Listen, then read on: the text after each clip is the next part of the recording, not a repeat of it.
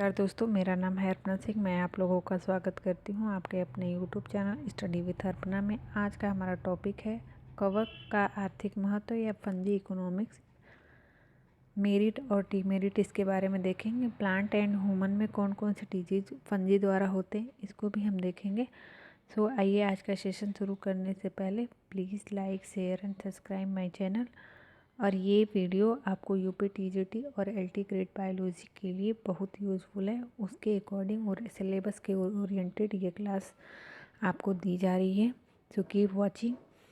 कवकों का आर्थिक महत्व, इकोनॉमिक इम्पोर्टेंस ऑफ फंजी, लाभदायक क्रियाएं या यूजफुल एक्टिविटीज़। विभिन्न प्रकार के कवक जैसे एगेरिकस, मार्चेला, ईस्ट, इमानिटा आदि जो होते हैं वो भोजन के रूप में प्रयोग किए जाते हैं। मार्चेला जो होता है वो सब्जी के रूप में प्रयोग किया जाता है। ईस्ट के द्वारा किण्वन करके हम बियर और वाइन बनाते हैं। फिर उसके बाद से कुछ ऐसे फंजी होते हैं जिनको हम भोजन के रूप में भी ग्रहण करते हैं। क्लीवीसेप्स पर प्यूरिया जो होता है वो उससे एगर अर्गाट प्राप्त किया जाता है, जिसे अर्काट का जो उपयोग होता है वो गर्भाशय में संकुचन करने के काम में आता है। सैक्रोमाइसिस सेरिवेसी से हम विटामिन बी का प्रमुख स्रोत है। एरीमोथियम एसपी से विटामिन 12 का है। और रोडोटोरुला ग्रेसिलस विटामिन ए का प्रमुख स्रोत है। एस्परजिलस ओराइजी द्वारा चावल के किण्वन से मदिरा या वाइन बनाई जाती है, जबकि सैक्रोमाइसिस सेरिवेसी से बियर का निर्माण किया जाता है। एस्परजिलस पेंसिलिनियम, क्लेडोस्पोरियम आदि मृदा के कणों को जो होता है वो बांधने का काम करते हैं। पेंसिलिनियम, क्लोडोस्पोरियम और एस्परजिलस। पेंसिलिनियम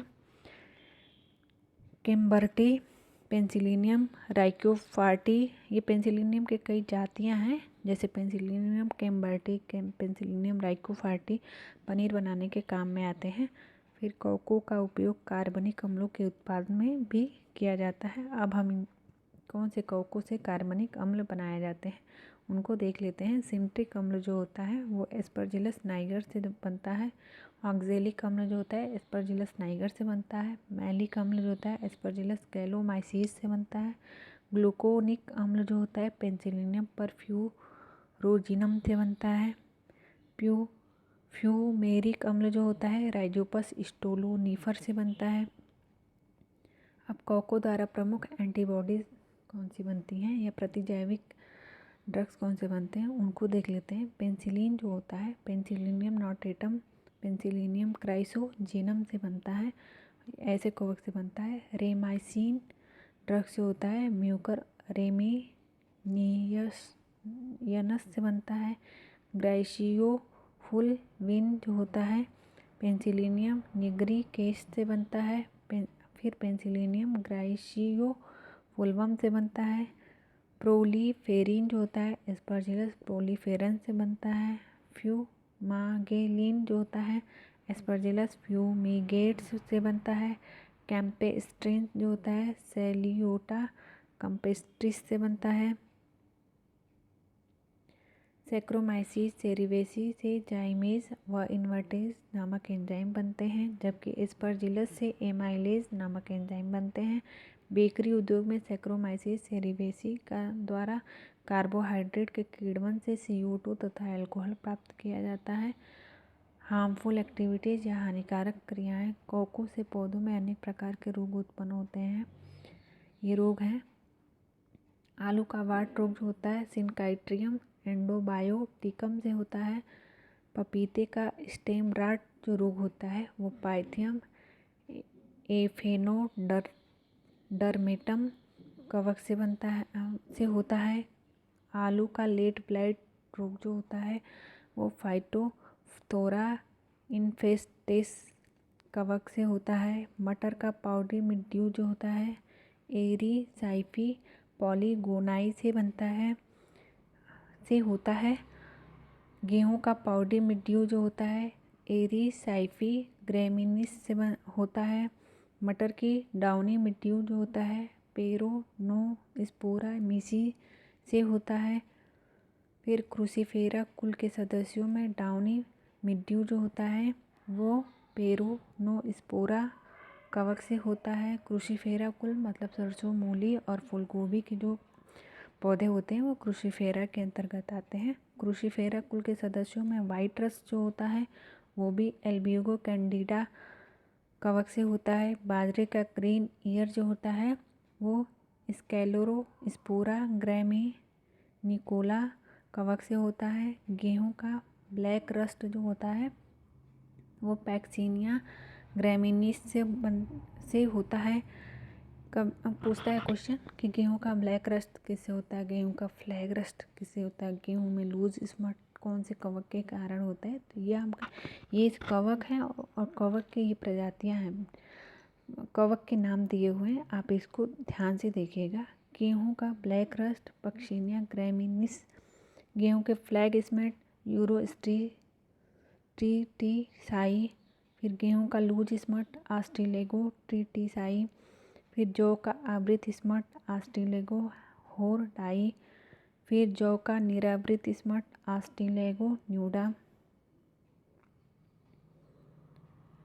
जई का आवृत स्पॉट आस्ट्रिलेगो कोलेराई, गन्ने का वीप स्पॉट आस्ट्रिलेगो साइटेमिनी, ज्वार का ग्रेन स्पॉट स्फैसिलोथिका सोर घाई, बाजरे का स्पॉट जो होता है वो टोली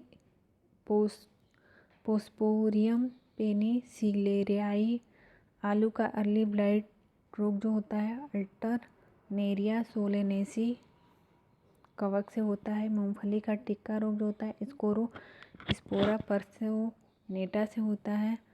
फिर गन्ने का रेड राट जो होता है कोलीटोटाकम फलकेटम से होता है।